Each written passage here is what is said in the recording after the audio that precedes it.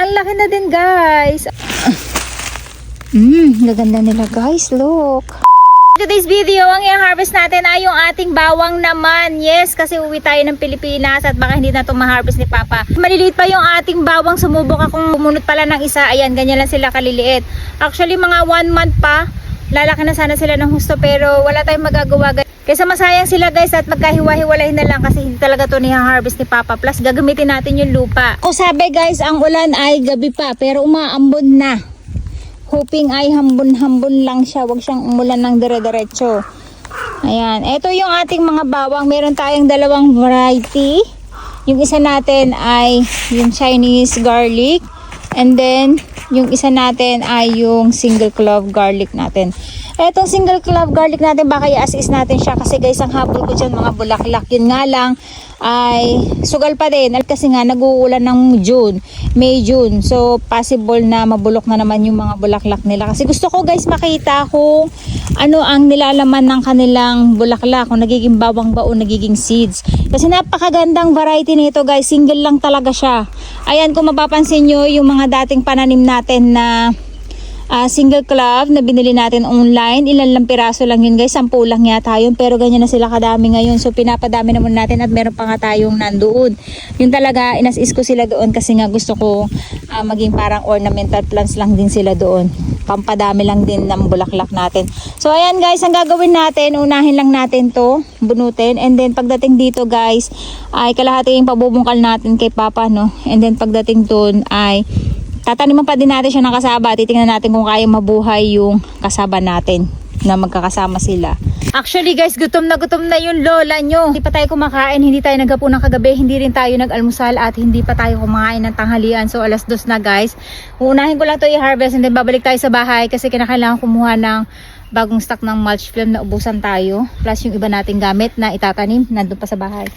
Unahin natin dito sa bungat guys.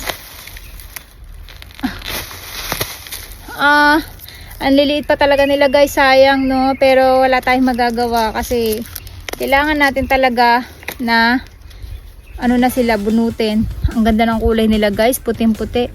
Pero sa atin sa Pilipinas halos ganito lang din naman yung nabibili. Ito yung paraan kasi guys para hindi masyadong masayang yung lupa, no. Ang ginagawa sa atin, hina-harvest ng maaga para mataniman ulit ng panibago. Maliliit pa talaga guys.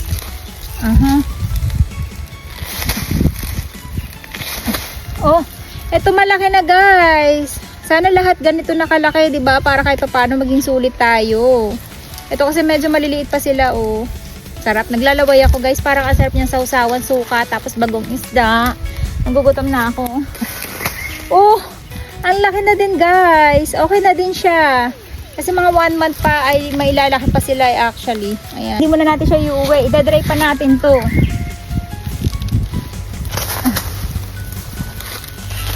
Oh, ang ganda nila guys. Grabe, ang cute. Sarado pa talaga sila, oh. Sayang lang wala tayong choice. Ito yung parang sibuyas yung kulay ng balat niya kapag ano to guys, talagang na fully develop siya. Para siyang sibuyas pero bawang siya. Yung labas lang naman niya ang kulay pula actually, pero yung loob niya ay puti pa din naman. Oh, ito sakto lang guys, so pabiyak na siya. Pero makikita nyo kung malaki o maliit ay dito sa pinakaganito nila guys, dun yung makikita. Wala tayong choice guys, sensya na, sasabihin na naman ng iba, bakit mo binunod, dapat hinintay mo. Wala nga akong lupa guys na pagtataniman ng kasaba ko. Ang ganda guys. Ang ganda niya. Ito maliit pa, ito medyo malaki na to kasi mataba-taba yung ano niya. Ayan oh. Sa mga magtatanong ilang buwan ang bawang guys, 8 months ang bawang. Matagal ito, mataba pero ang liit niya. Nasa gitna kasi sila. Pag nasa gitna pala, hindi masyadong lumalaki, no. Ayan, kailangan natin tong ano guys, pati patuyuin. Gaganda nila guys, look. 'Di ba? Ang sarap din nag-harvest ng bawang guys. Alam niyo ba last year nag-harvest ako ng bawang. Medyo biyak-biyak na sila, late na kasi nanggaling pa tayo ng Pilipinas kaya hindi natin siya na-harvest ng maaga. Ayan, ang liliit guys. Yung red natin. Ito sakto lang yung size niya guys. O diba, ang sarap na may tanim kasi meron kayong aanihin na nai-enjoy nyo. Tsaka ang maganda dito guys sa pagtatanim ng bawang sibuyas, hindi nyo kailangan ng maintenance. Talagang pababayaan nyo lang siya. Oh my god, ito pa buka na. O bumihiwalay na siya sa sobrang laki ng bawang natin.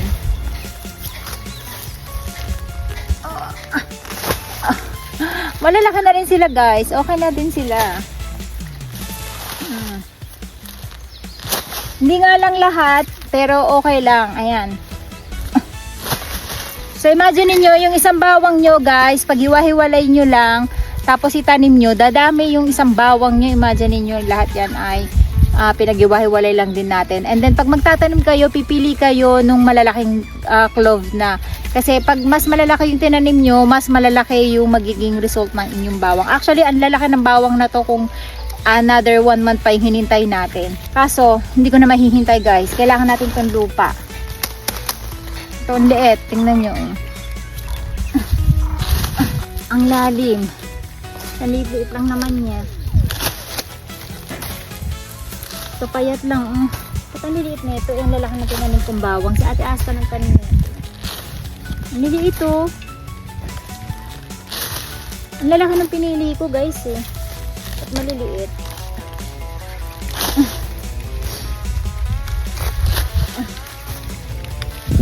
Yung mga bandang nandito sa looban, napansin ko guys, hindi sila masyadong malalaki. Hanggang dyan lang talaga sila. 40 yung lola nahihilo. Malaki. Diba? Hindi pare-pareho eh. Gamit na gamit yung braso natin. Ito tingnan nyo, hindi to lalaki kasi meron siyang kaagaw na ganitong damo. Kaya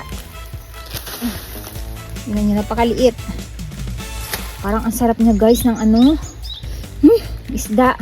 Tapos bagong, tapos fresh bawang. Oh my god, nagugutom na yung lola nyo.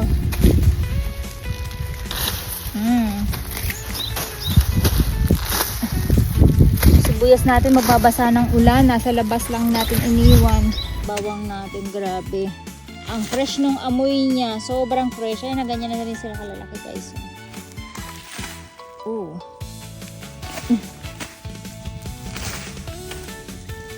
Sayang nyo guys, no? Pwede pa sana natin sila mapalaki. Yan, ang laki. Ito malaki. Oh. Ang laki. Ayan guys, yung ating mga bawangski. So itong plastic natin, ito tatasasin natin to. Sayang to guys, pwede pa natin itong pang ito ang liliit. Ang lalaki nung ginamit kong bawang.